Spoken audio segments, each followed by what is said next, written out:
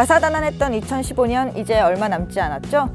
다양한 사건 사고가 많이 일어나 1년 내내 나라안이 시끌벅적했습니다. 저희 노컷뉴스가 올 한 해 웬만한 이슈를 덮어버린 빅 이슈만 골라봤습니다. 우선 4월에 일어났던 성완종 게이트. 사건의 발단은 자원외교 비리로 조사를 받던 성완종 전 경남기업 회장이 신문 당일인 4월 9일 북한산에서 숨진 채 발견된 건데요.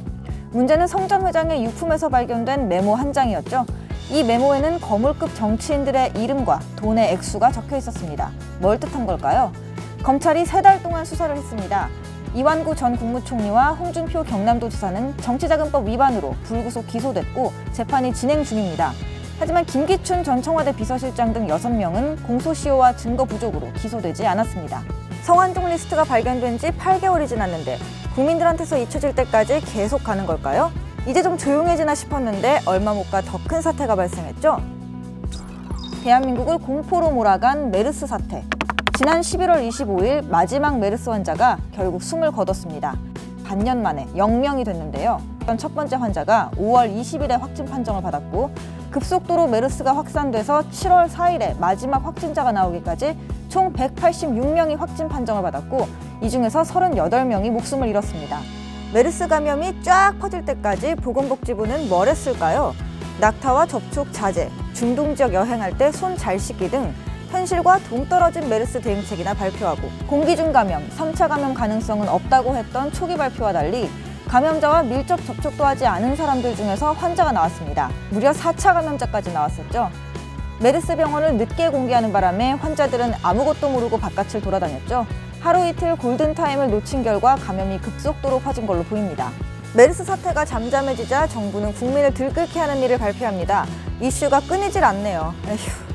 이념적 편향성 논란을 불러일으키고 있는 내용이 많아 국론 분열과 사회적 갈등을 야기하고 있습니다. 2017년부터 쓰일 중고등학교 한국사교과서를 국정화한다고 발표하고 11월 3일에 확정고시를 단행하면서 역사교과서 국정화가 본격적인 추진 단계로 접어들었습니다. 많은 국민들이 역사 쿠데타 아니냐며 국정교과서를 반대하고 있습니다. 우리나라 역사교과서가 자유발행제도 아니고 사실 지금도 교육부 검인정 제도를 실시하고 있는 상황이거든요. 아예 국가가 쓰는 역사교과서로 가는 건 역사의 후퇴이자 우리 자존심을 상하게 하는 일이란 겁니다. 11월 22일에는 역사 바로 세우기를 했던 김영삼 전 대통령이 서거했습니다. 국회의원 시절 민주화 운동에 앞장섰던 고 김영삼 전 대통령.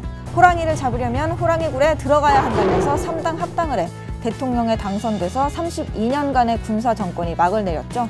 군인사 조직인 하나회를 숙청하고 금융실명제를 시행했지만 IMF 금융사태를 막지 못했다고 비판도 받는 등 공과 과가 뚜렷한 대통령이었습니다.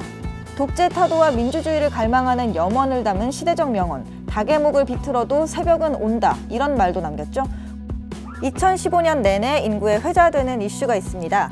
부모님의 연소득과 가정환경 등 출신 배경을 수저에 빗대 표현한 수저계급론인데요.